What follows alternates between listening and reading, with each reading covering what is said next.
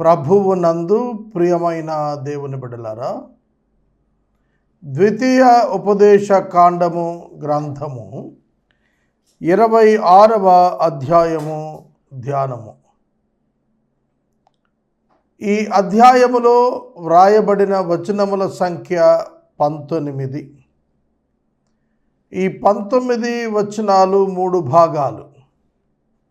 మొదటి వచనము మొదలు 11వ వచనము వరకు మతపరమైన నియమాలు, చట్టాలు, రిలీజియస్ లాస్, ప్రథమ ఫలములను గూర్చినటువంటి, ప్రథమ అర్పణను గూర్చినటువంటి ప్రత్యేక విషయాలు. అలాగే 12వ వచనము మొదలుకొని 15వ వచనము వరకు దశమ భాగములను గూర్చిన వివరణ. 16వ వచనం మొదలుకొని 19వ వచనము వరకు ఉన్న వాక్య భాగం. ధర్మశాస్త్రము దేవునికి ప్రజలకు మధ్యన ఒక ప్రత్యేకమైన ఒప్పందముగా ఇరువురి అంగీకారం. ఇది మనకు ఈ యొక్క అధ్యాయంలో ప్రధానంగా కనబడుతుంది. ఒక మాటలో చెప్పాలంటే, దేవుడు ఐగుప్తు నుండి వారిని విడిపించి కనాను దేశానికి వారిని చేర్చి, కనాను దేశములో ఉన్నటువంటి జాతులను పారద్రోలి వారికి ఆ దేశాన్ని స్వాస్థ్యంగా ఇచ్చినందున వారు దేవునికి కృతజ్ఞతగా ప్రథమ ఫలములను, దశమాంశాలను తీసుకొని రావాలని వారు కనానుకి వెళ్ళక మునిపే మోషే చేత బోధించబడ్డారు. క్రీస్తు పూర్వం 1450వ సంవత్సరం మోషే గారి యొక్క మరణానికి ముందటి దినం ఇశ్రాయేలు 2వ తరము వారికి మోషే ద్వారా దేవుని యొక్క ధర్మశాస్త్రం మరలా తిరిగి బోధించబడటంలో ఈ 26వ అధ్యాయం మనకు తెలుస్తోంది. ఇక మనము ఈ ప్రత్యేకమైనటువంటి అధ్యాయంలో మొదటి వచనం మొదలుకొని కొన్ని విశేషతలు వాక్య ధ్యానంలో గమనిద్దాం, చదువుకుందాం. 26వ అధ్యాయం మొదటి వచనం, ద్వితీయ ఉపదేశ కాండం. నీ దేవుడైన యెహోవా నీకు స్వాస్థ్యముగా ఇచ్చుచున్న దేశమునకు నీవు వచ్చి దాన్ని స్వాధీనపరుచుకొని దానిలో నివసించున్నప్పుడు.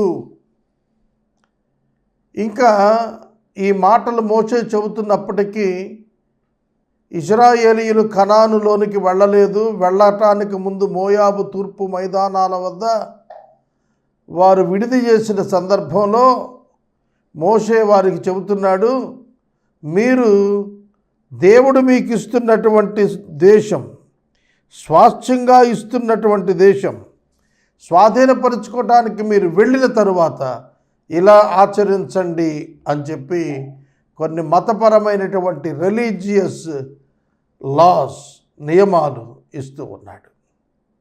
మీరు గమనించండి, దీనిలో దేవుని యొక్క నమ్మకత్వం కనబడుతోంది.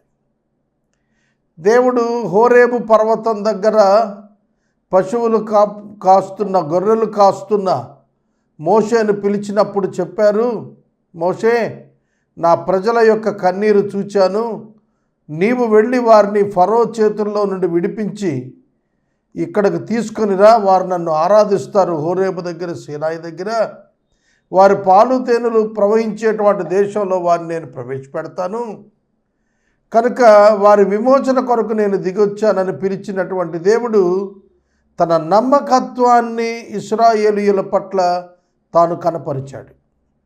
ఆ దేవుని పట్ల ఇశ్రాయేలు మొదటి తరం, అనగా ఐగుప్తు నుంచి విమోచించబడినటువంటి ఇమీడియట్ పీపుల్ నమ్మకత్వాన్ని కనపరచలేకపోయారు. ఆ కారణం చేత అరణ్యంలో 40 సంవత్సరాల్లో రాలిపోయారు. వారి సంతానం, యవ్వన సంతానం, యవనస్తుల యొక్క జాబితా 40 సంవత్సరాల అరణ్యయాత్రలో జన్మించినటువంటి వారు, ఐగుప్తు చెరను ఎరుగినటువంటి నూతన తరం ఇప్పుడు మోషే బోధించుట చేత వారు నేర్పించబడుతున్నారు.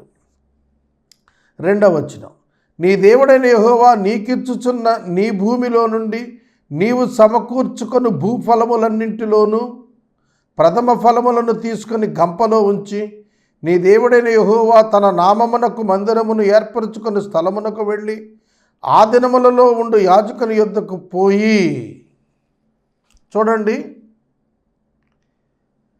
ఆ నూతన దేశంలోనికి మీరు వెళ్ళిన తరువాత మీ దేవుడు మీకు మంచి పంటను ఇస్తాడు. మునుపెన్నడును మీరు చూడనటువంటి సమృద్ధి అయినటువంటి పంట మీ వశం అవుతుంది.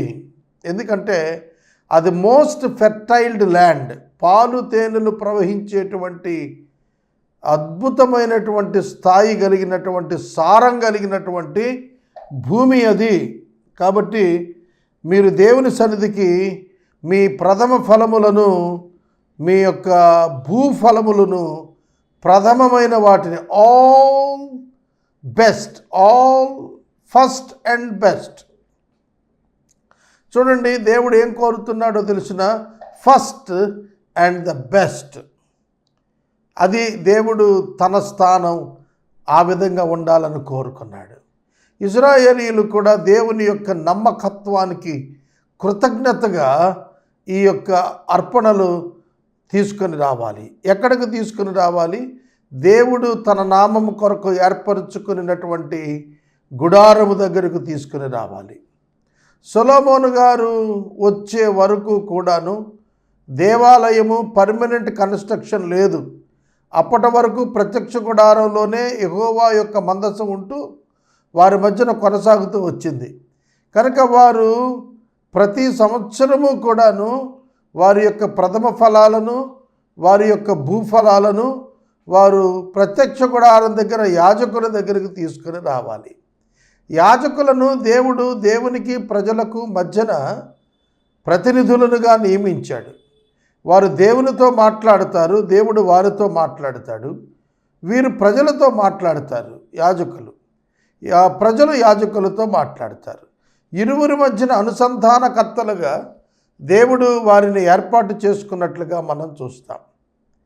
ఈ లేవీయులు ఎవరు? 12 గోత్రాల జ్యేష్ఠ సంతానానికి ప్రతిగా దేవుడు ఏర్పరచుకున్నటువంటి ఒక ప్రత్యేకమైనటువంటి ట్రైబ్. గోత్రాలలో ఒక గోత్రం ఇది. దేవుడు ప్రథమ సంతాన పక్షంగా ఏర్పరచుకొని వారిని తనకు చెందిన వారిగా ప్రకటించుకొని తన సేవ చేయటానికి తన సన్నిధిలో వారిని నిలవబెట్టాడు. అటువంటి యాజకుని యొద్దకు వారి యొక్క ప్రథమ ఫలాలను వారు తీసుకొని వెళ్ళాలి అని చెప్పబడ్డారు. తర్వాత ఇక్కడ మీరు గమనించినట్లయితే దేవుని సన్నిధికి యాజకులు దేవుని యొద్దకు తేబడినటువంటి అర్పణలను వారు సమర్పిస్తారు. ప్రజలు యాజకునికి ఇస్తే యాజకుడు దేవుని యొద్దకు తీసుకుని బలిపీఠం దగ్గరికి తీసుకొని వస్తాడు. ఇది వారి గతకాల చరిత్రను గూర్చిన జ్ఞాపకార్థం వారు జ్ఞాపకం చేసుకొని ఆ సంవత్సరం అంతా ప్రభు వారికి చూపిన కృపను జ్ఞాపకం చేసుకొని వారి చరిత్రను జ్ఞాపకం చేసుకొని ఐగుప్తు మొదలుకొని వారి చరిత్రను జ్ఞాపకం చేసుకొని కృతజ్ఞత అర్పణగా ఉండినట్లుగా దీనిని వీరు యాజకుని దగ్గరకు తీసుకుని వస్తారు. 3వ వచనం, ఆ దినములలో ఉండు యాజకుని యుద్ధకు పోయి యెహోవా మన పితరులకు ఇచ్చేదనని ప్రమాణం చేసిన దేశానికి నేను వచ్చి ఉన్న సంగతి నేడు నీ దేవుడైన యెహోవా సన్నిధిని ఒప్పుకొంచున్నాను అని అతనికి చెప్పవలను. 2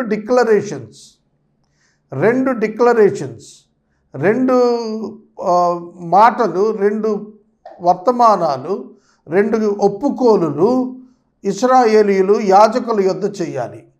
1వ ఒప్పుకోలు ఏమిటి అని అనగా, మీ పితరులకు ఇచ్చేదనని యెహోవా ప్రమాణం చేసిన దేశానికి నేను వచ్చిన సంగతిని నేను ఒప్పుకుంటున్నాను. దేవుని సన్నిధి ఇది అని నేను గ్రహించి దేవుని సన్నిధికి వచ్చి నా దేవుడే నన్ను ఈ స్థలానికి చేర్చాడని, దానికి కారణం ఆయన కనికరము నా పట్ల ఉన్నదని, ఆయన ప్రజగా నేనున్నానని, నా దేవుడిగా ఆయన ఉన్నాడనే ఒప్పందం, ఒప్పుకోలు ఇక్కడ యాజకుని దగ్గర చెప్పాలి. అది ఫస్ట్ కన్ఫెషన్.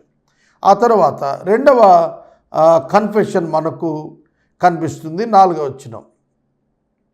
యాజకుడు ఆ గంపను నీ చేతి నుండి తీసుకొని నీ దేవుడైన యెహోవా బలిపీఠం ఎదుట ఉంచగా, అప్పుడు రెండవ కన్ఫెషన్ చెప్పాలి. ఏమని చెప్పాలి?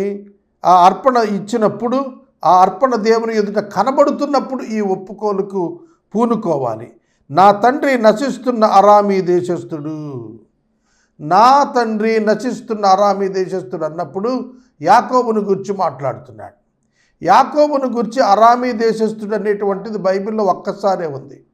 అబ్రహాము అరామీ దేశస్థుడే. అరాము అంటే ఎవరు? షేము యొక్క సంతానములో అర్పక్షదు సహోదరుడుగా అరాము మనకు కనిపిస్తాడు. ఈ అరామునకు చెందినటువంటి వారే ఊజు అనేటువంటి ప్రాంతంలో వాళ్ళు ఉన్నారు. ఊజు ప్రాంతంలో వాళ్ళు ఉన్నారు కనుక అక్కడనే అబ్రహాము ఆ ఊరిలోనే పెరిగాడు.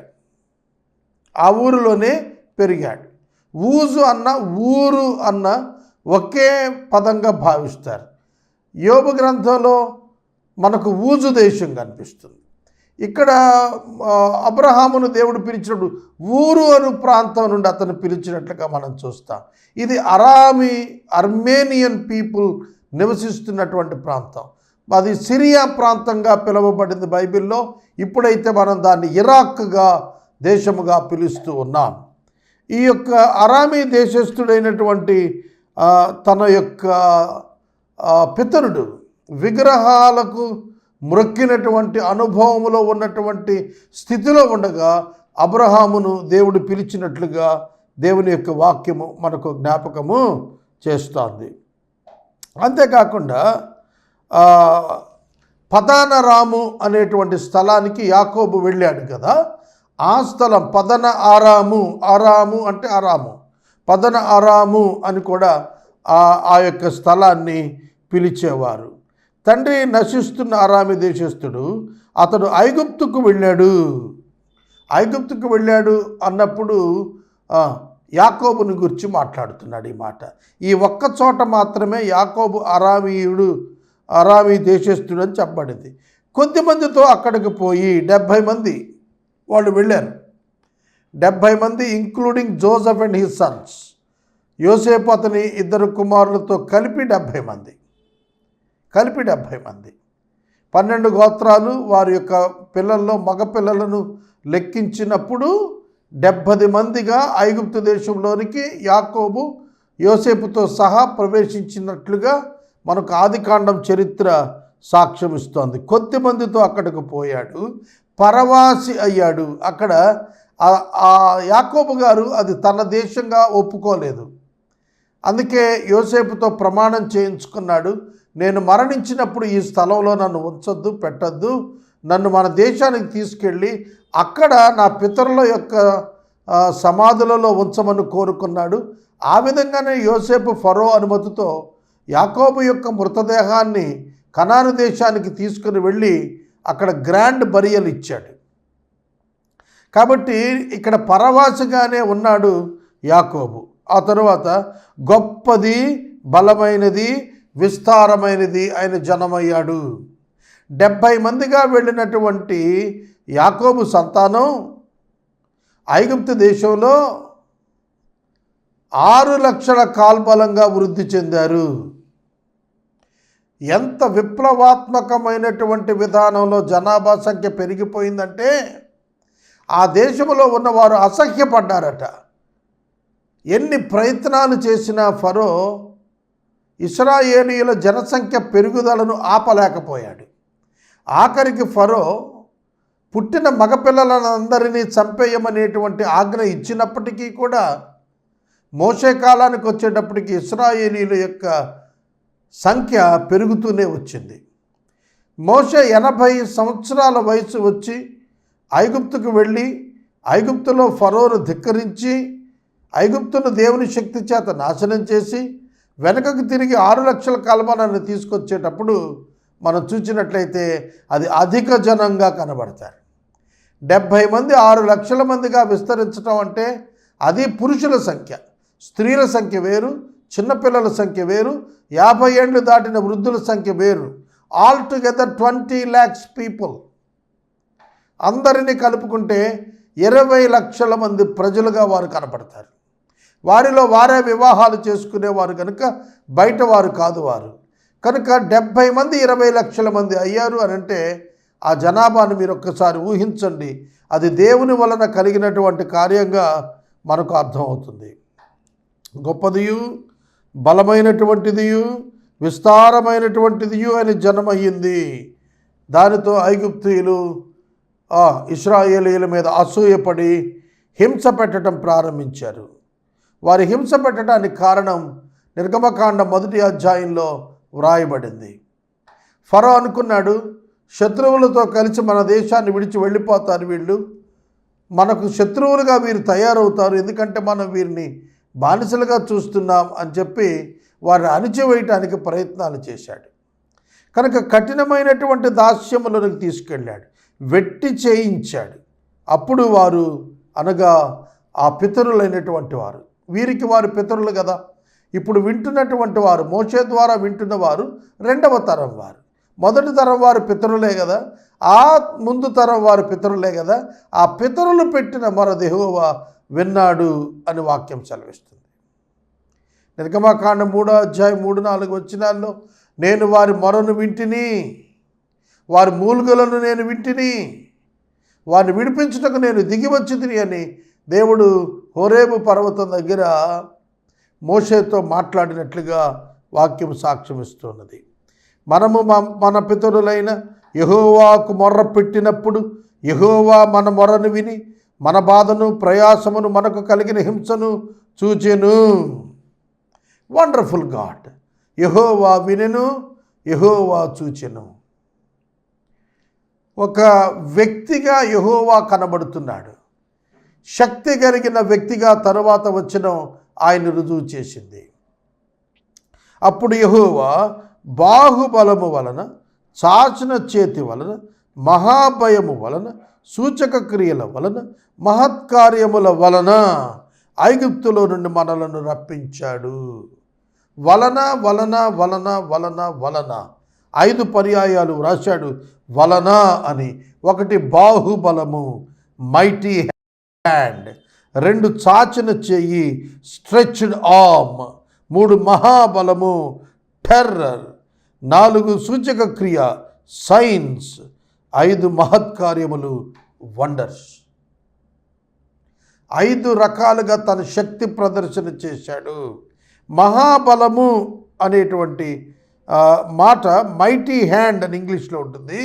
దీనికి ఇర్రెసిస్టిబుల్ బ్లో, ముష్టిఘాతం అంటారు చూశారు. పిడిగుద్దు కంటే ప్రమాదకరమైనటువంటిది ముష్టిఘాతం. అంటే పిడికిలు బిగించి గుద్దితే తప్పించుకోలేక విలవిలలాడినట్లుగా అనేటువంటి అర్థం.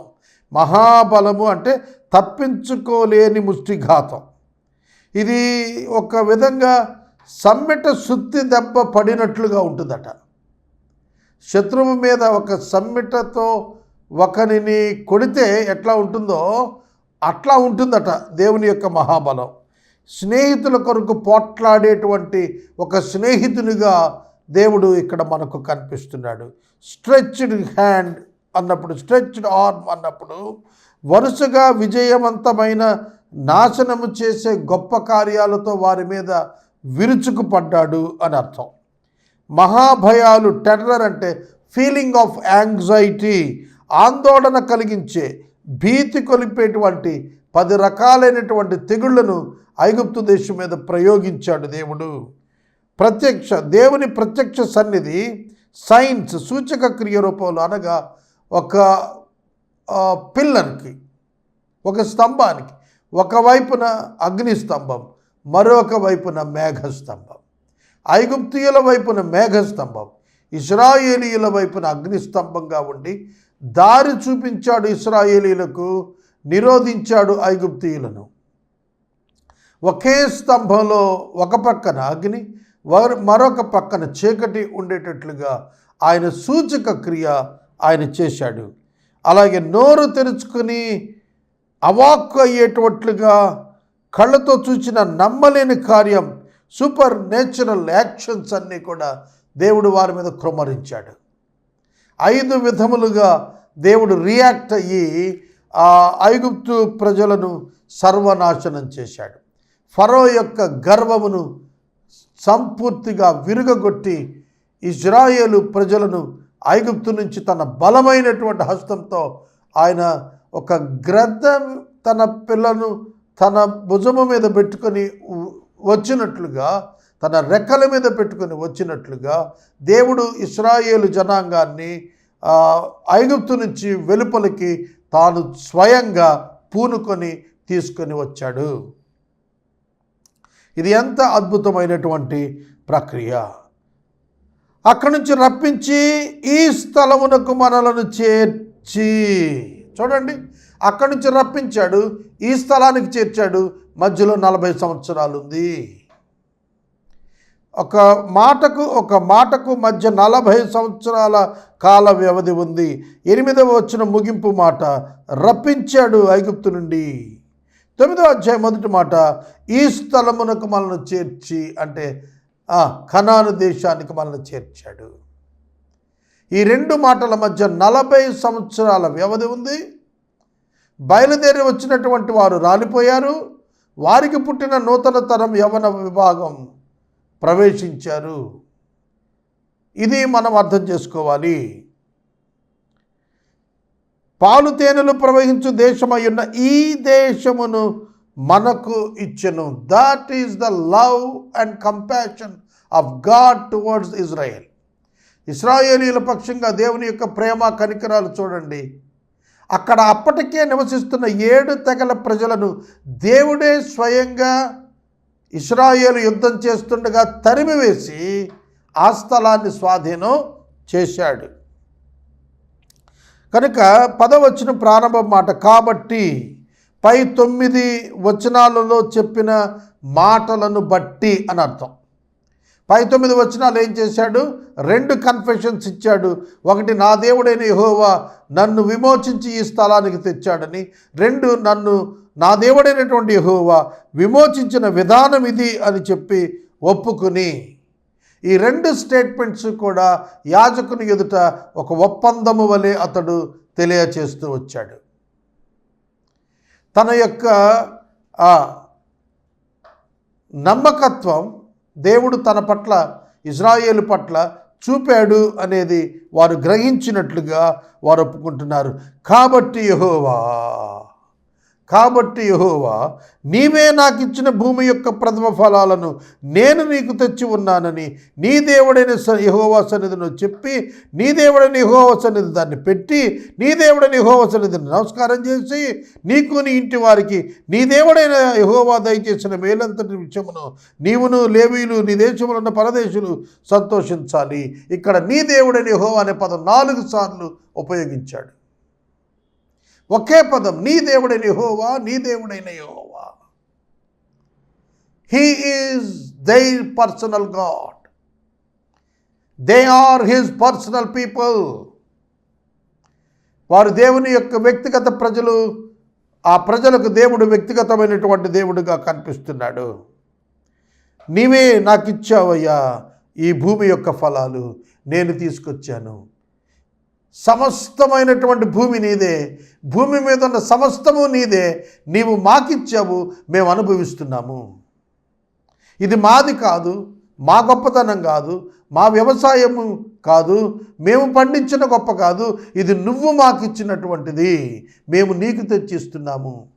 నువ్వు మాకిచ్చినందుకు కృతజ్ఞతగా మేము కొంచెం వెనక్కి తిరిగి వచ్చి నీ యొక్క మంచితనాన్ని మేము గుర్తిస్తున్నాం ప్రభు, నిన్ను ఆరాధిస్తున్నాము అని నువ్వు చెప్పాలి. చూస్తున్నారా ఇశ్రాయేలీల పట్ల దేవుని ప్రేమ, దేవుని పట్ల ఇశ్రాయేలీల బాధ్యత ఎంత గొప్పగా ఉందో మోషే వివరిస్తూ ఉన్నట్లుగా మనం చూస్తాం. Thanks giving is the heart felt thanks giving. It's important for every believer. ప్రతి విశ్వాసికి ముఖ్యమని మనం నేర్చుకుంటున్నాం. నీ దేవుడైన యెహోవా దయచేసిన మేలంతటి విషయము ఏమిటి? మేలు పంట ఇవ్వటమే. ప్రథమ ఫలాలు ఒక గంప నిండా తీసుకొని రావాలి. తీసుకొని వచ్చి యాజకుని దగ్గర ఇవ్వాలి. ఏం చేస్తారు వాటిని? నీ దేశంలో ఉన్న పరదేశులు, లేవీయులు సంతోషించేటట్లుగా నీవు పొందిన మేలంతటిని దేవుని ఎదుటకు కొంత భాగాన్ని తీసుకురావాలి. It is your responsibility to share your joy along with Levites and with other people. పరదేశులుగా ఉన్నటువంటి వారు సంతోషించుతారు, ఎందుకంటే ఒకప్పుడు మీరు పరదేశులు. ధర్మశాస్త్రం అంతా ఒక్క మాటలోనే అర్థమవుతుంది. అదేమిటంటే నిన్ను వలె నీ పొరుగువాన్ని ప్రేమించు. నువ్వు ఒకప్పుడు పరదేశిగా ఉన్నావు, నిన్ను ఐగుప్తీయులు ప్రేమించలేదు, నీ సంతోషాన్ని వాళ్ళు చూడలేదు. కానీ నువ్వైతే అక్కడ ఉండగా, ఐగుప్తులో ఉండగా నా పట్ల ఎవరైనా ప్రేమ కనపరిస్తే బాగుండనుకునేవాడివి కదా. అలాగే పరదేశులు కూడా నీ దేశంలో ఎవరైనా ప్రేమ చూపించాలని ఆశిస్తారు. నువ్వు ఏ విధంగా అయితే ఆశించావో అదే నువ్వు ఇతరుల పట్ల చేయాలి. నిన్ను నువ్వు ఎలా ప్రేమించుకుంటున్నావో అలా ఇతరులు ప్రేమించాలి. ఎలా చేయబడాలని నీవు నీ పట్ల కోరుతున్నావో అదే విషయాన్ని ఇతరుల పట్ల నీవు కూడా చేయగలగాలి. అదే ధర్మశాస్త్రం యొక్క విధి. మూల సూత్రం ప్రేమ. ధర్మశాస్త్రం యొక్క మూల సూత్రం ప్రేమ. నువ్వు నిన్ను ప్రేమించుకుంటున్నావు, ఇతరులను కూడా అదే విధంగా అంతే ప్రమాణంలో ప్రేమించాలి. ఇక్కడకు మనకు ప్రథమ ఫలాలను గుర్చినటువంటి వివరణ సరిపోతుంది. 12వ వచనం నుండి దశమాంశములను గుర్చినటువంటి వివరణ మనకు రాయబడినట్లుగా మనం చూస్తాం. చదువుతాను. 10వ భాగం ఇచ్చి సంవత్సరాన అనగా 3వ సంవత్సరమున నీ వచ్చుబడిలో 10వ వంతును చెల్లించి అది లేవీయులకును పరదేశులకును తండ్రి లేని వారికి విధవరాండ్రకు ఇవ్వవలెను. వారు నీ గ్రామములలో తిని తృప్తి పొందిన తరువాత. చూడండి, ఇక్కడ 3వ సంవత్సరాన ప్రత్యేక దశమ భాగం. వాస్తవంగా ఇశ్రాయేలు జనాంగానికి 3 దశమ భాగాలను గురించి చెప్పాడు. 3 టైప్స్ ఆఫ్ టైత్స్. నెంబర్ 1, ప్రతి సంవత్సరము తమ పంటలో 10వ వంతు ప్యూర్లీ ఫర్ లెవైట్స్ అండ్ ప్రీస్ట్స్. యాజక ధర్మంలో ఉన్నటువంటి లేవీయులకు, యాజకులకు పూర్తిగా చెందేటట్టుగా ఇచ్చివేయటం. అది క్రమంగా ఎవ్రీ ఇయర్ జరిగే ఫస్ట్ టైత్. సెకండ్ టైత్ ఏమిటంటే ఇశ్రాయేలీయులకు పిలిగ్రిమేజెస్ ఉంటాయి. అంటే ప్రతి సంవత్సరం 3 పర్యాయాలు వాళ్ళు దేవాలయానికి రావాలి. పురుషులు ప్రధానంగా వారు ఏ ప్రాంతంలో ఉన్నా యెరూషలేములో ఉన్న దేవాలయానికి రావటం అనేది ప్రధానం. అలా రావటానికి అయ్యే పిలిగ్రిమేజ్ ఎక్స్పెన్సెస్ మీట్ అవటానికి ఒక ప్రత్యేక దశమ భాగాన్ని తీయాలి. అది సెకండ్ టైత్. ఇక థర్డ్ టైత్ ఏమిటంటే 6 సంవత్సరాలు పంట వేస్తారు, 7వ సంవత్సరం విశ్రాంతి సంవత్సరం. 6 సంవత్సరాలను 2 భాగాలు చేసి 3 సంవత్సరాల అనంతరం 3 సంవత్సరాల ముందు అంటే 3 ఇయర్స్లో మధ్యలో 6 సంవత్సరాలకు మధ్యలో 3 ఏళ్ళు అయిన తర్వాత అని అర్థం. కనుక దేవుడు నీకు పంట ఇచ్చాడు కనుక ఆ పంటలో ప్రత్యేక దశమ భాగం 4 కోసం తీయాలి. ఇది టెంపుల్ యొక్క స్టాక్ హౌస్లోకి చేర్చబడేటువంటి దశమ భాగం. ఎందుకంటే అక్కడ యాజకులు దానిని వారి కంట్రోల్లో ఉంచుకొని ఆ దశమ భాగంతో 4కి ఆదరణ ఇస్తారు. 1 లేవీయులు, 2 పరదేశులు, 3 తండ్రి లేనివారు, 4 విధవరాండ్రు. వీళ్లకు ఎవరికి ఎప్పుడు ఏ నీడ్ వచ్చినా కూడా యాజకులు ఈ ఫండ్లో నుంచి, ఈ టైతింగ్లో నుంచి తీసుకుని వెళ్ళి వాళ్ళని ఆదుకుంటారు. చూడండి సిస్టమ్ ఎట్లా ఉందో. ఈ ఫీడింగ్ సిస్టమ్ ఎంత అద్భుతంగా దేవుడు ఏర్పాటు చేశాడు ఇశ్రాయేలీలకు. 12 గోత్రాల వారు పనిచేసి సంపాదించాలి. తాము సంపాదించినటువంటి దానిలో దశమ భాగం లేవీయులకు తీసుకొచ్చి ఇవ్వాలి. అలాగే తాము సంపాదించిన దానిలో ప్రతి 3 సంవత్సరాలకి విధవరాలకు ఇవ్వాలి. కనుక పేదల పట్ల, విధవల పట్ల, పరదేశుల పట్ల, లేవీల పట్ల దేవుడు చూపిస్తున్నటువంటి కనికర విధానం, పోషణ విధానం చూస్తే ధర్మశాస్త్రమును మీరు పాటించిన ఎడల మీరు పేదవాడు ఎవడు అని ప్రభువు అడిగినటువంటి మాట ఎంతైనా వాస్తవం. కనుక ఇశ్రాయేలీయులలో ప్రతివారు సంతోషంగా ఉండాలి, ప్రతివారు తమ యొక్క అక్కరలు తీర్చబడేటట్లుగా ఉండాలి. వారి సామాజిక పరిస్థితులను బట్టి వారు దుస్థితి ఎదుర్కోకుండా వారు సపోర్ట్ చేయబడేవారుగా, తమ సహోదరుల చేత ఎత్తి పట్టబడేవారుగా ఉండాలి. ఒకరికొకరు శరీర అవయవములు ఎట్లా అయితే ఒకదానికొకటి సపోర్ట్గా ఉంటాయో, లాయల్గా ఉంటాయో, అలా ఇశ్రాయేలీయులు ఉండాలి. అది దేవుని యొక్క ఏర్పాటు. 13వ వచనం, నీవు నీ దేవుడని యెహోవా సన్నిధిని నీవు నాకు ఆజ్ఞాపించిన ఆజ్ఞలన్నింటి చొప్పున నా ఇంటి నుండి ప్రతిష్ఠితమైన దానిని తీసివేసి లేవీయులకు, పరదేశులకు, తండ్రి లేని వారికి, విధవరాండ్రకు నేను ఇచ్చి ఉన్నాను. 8 యాక్షన్స్ ఇక్కడ కనపడతాయి. నేను తీసివేశాను, నేను ఇచ్చి ఉన్నాను, నేను మేరలేదు, నేను మర్చిపోలేదు, నేను తినలేదు, నేను తీసేయలేదు, నేను ఇయ్యలేదు, నేను విన్నాను, నేను జరిపాను అని ఇక్కడ 8 పర్యాయాలు, 8 యాక్షన్స్ మాట్లాడుతున్నాడు. ఒకసారి చూద్దాం. నా ఇంట నుండి ప్రతిష్ఠితమైన దాన్ని తీసి లేవీయులకు ఇచ్చాను, పరదేశులకు ఇచ్చాను, తండ్రి లేని వారికి ఇచ్చాను, విధవరాండ్రకు నేను ఇచ్చాను. నీ ఆజ్ఞల్లో నేను దేన్ని మేరలేదు. కన్ఫెషన్, నీ ఆజ్ఞల్లో నేను దేన్ని మేరలేదు. ఎస్, దేవుని వాక్యము, దేవుని ఆజ్ఞల్లో దేనిని నేను మేరలేదు అని ప్రతి ఇశ్రాయేలీయుడు దేవుని సన్నిధిలో, దేవుని ఎదుట నిలబడి చెప్పగలగాలి.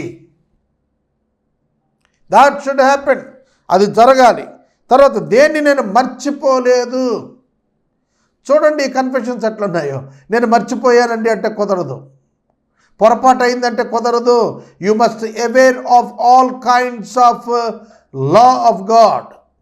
దేవుని యొక్క న్యాయ ధర్మ శాస్త్రము నీవెన్నటికీ మరిచిపోవటానికి వీల్లేదు.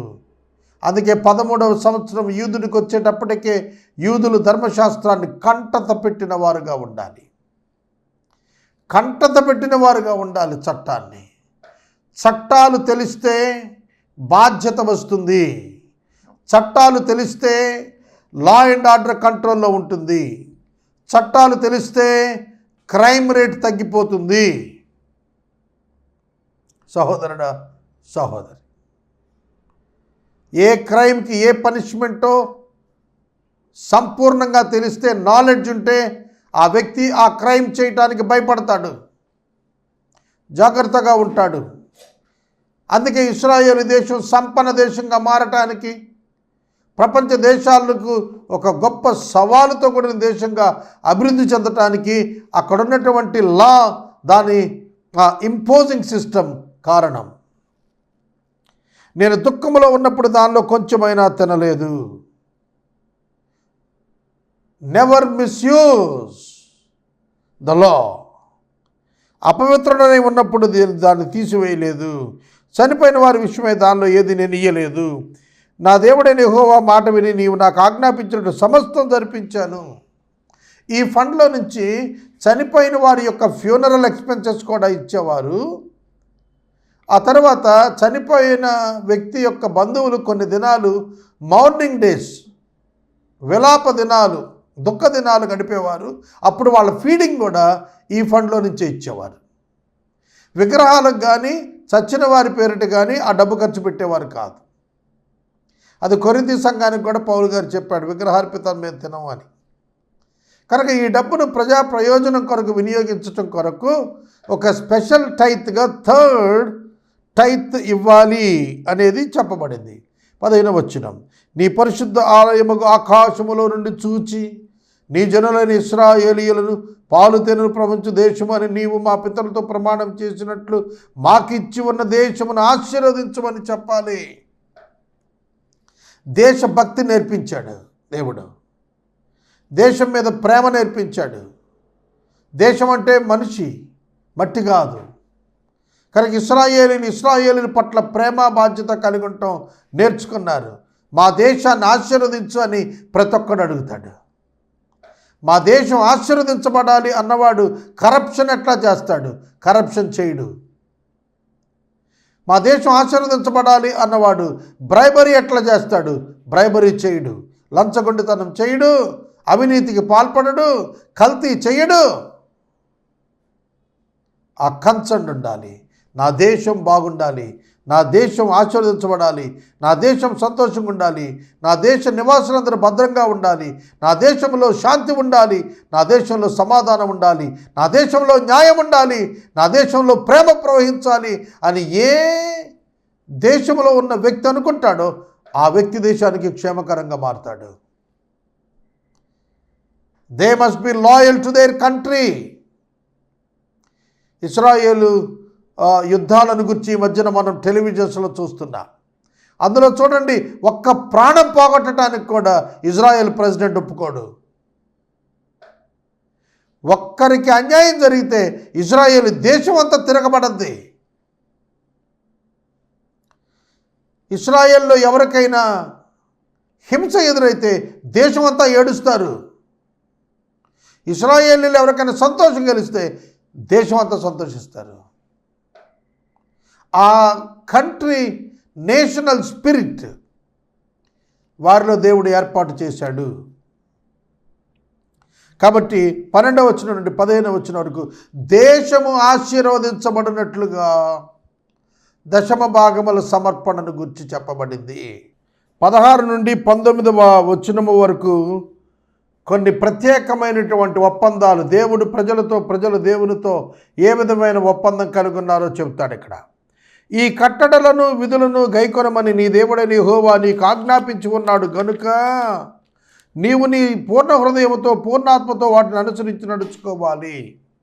ప్రధానమైన ఆజ్ఞ ఏమిటంటే నీ పూర్ణాత్మతో, నీ పూర్ణ హృదయముతో, నీ పూర్ణ శక్తితో, నీ పూర్ణ బలముతో నీ దేవుడైన యెహోవాను ప్రేమించవలను, సేవించవలను అనున్నది ప్రధాన ఆజ్ఞ.